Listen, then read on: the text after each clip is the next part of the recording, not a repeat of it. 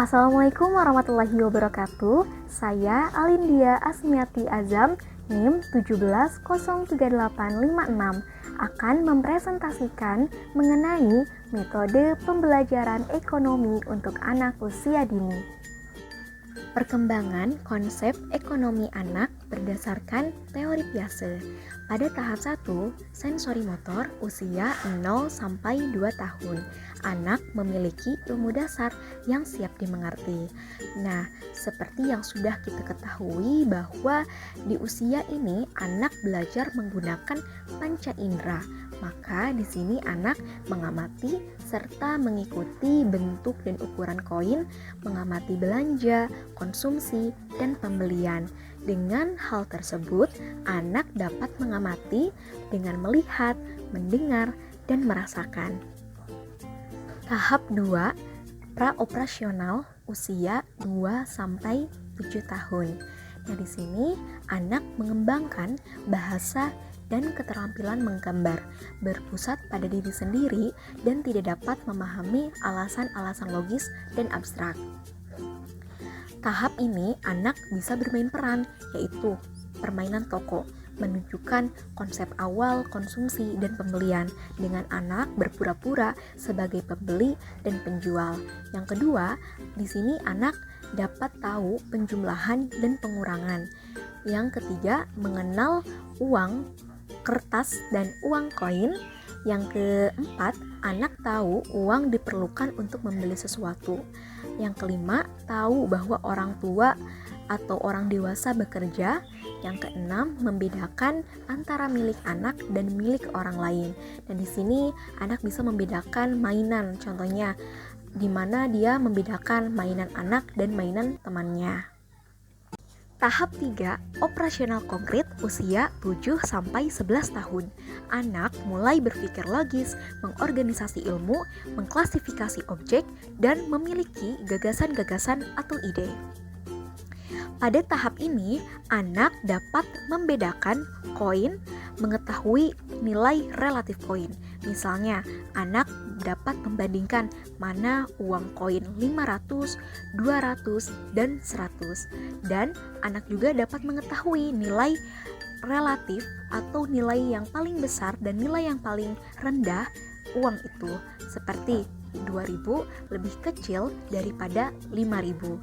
Yang kedua, anak memahami bahwa orang bekerja untuk menghasilkan uang. Yang ketiga, anak membedakan kebutuhan dan keinginan. Nah, di sini anak tahu mana kebutuhan hidup seperti pangan, sandang, dan papan, dan konsep keinginan. Seperti anak menginginkan sesuatu, misalnya mainan. Nah, selanjutnya ada yang keempat, beberapa pemahaman tentang hubungan majikan dan karyawan. Yang kelima, beberapa pemahaman tentang produksi dan penjualan, bagaimana sistem dari produksi itu sendiri, bagaimana sistem dari penjualan, dan sebagainya.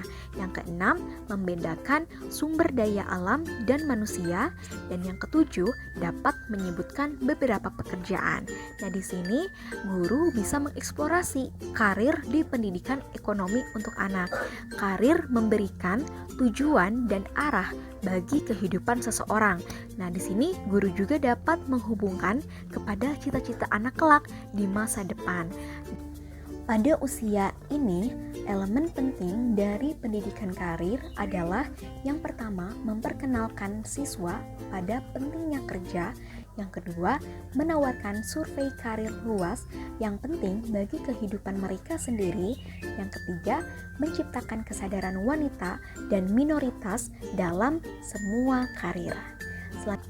Teman-teman, dalam metode pembelajaran ekonomi untuk anak usia dini, di sini ada Kurilski yang menyarankan beberapa pedoman khusus untuk pembelajaran ekonomi berbasis pengalaman.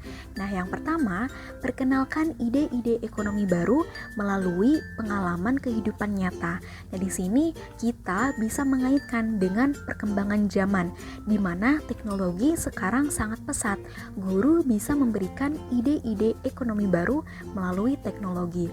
Yang kedua, memberikan pengalaman ekonomi aktif. kooperatif. Nah, di sini kita bisa ajak anak untuk mengalami pengalaman ekonomi seperti membeli permen ke toko, belanja kehidupan hidup ke supermarket, dan lain-lain.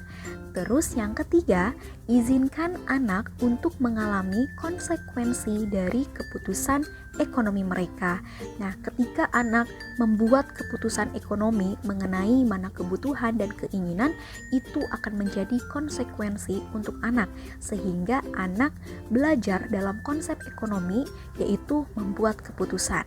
Yang keempat, gunakan pengajaran langsung untuk memusatkan perhatian pada ide-ide ekonomi untuk mengumpulkan pengalaman dunia nyata mereka sendiri. Di sini, guru bisa menggunakan metode proyek seperti anak membuat suatu proyek, misalnya membuat kue. Nah, di situ anak belajar memproduksi makanan. Yang kelima, perkuat pembelajaran ekonomi berbasis pengalaman dengan berbagai pengalaman seperti bermain peran, sastra, gambar-gambar, permainan, kegiatan pembelajaran kooperatif, dan lain-lain. Nah, teman-teman semuanya, jadi berdasarkan pembahasan tadi, guru atau kita sebagai calon guru sangat penting untuk membuat pembelajaran ekonomi yang bermakna dan berkesan untuk anak, agar anak dapat melek akan ekonomi untuk berpartisipasi dalam ekonomi global saat ini dan nanti. Sekian yang dapat saya sampaikan. Terima kasih atas perhatiannya. Mohon maaf bila banyak kesalahan. Wassalamualaikum warahmatullahi wabarakatuh.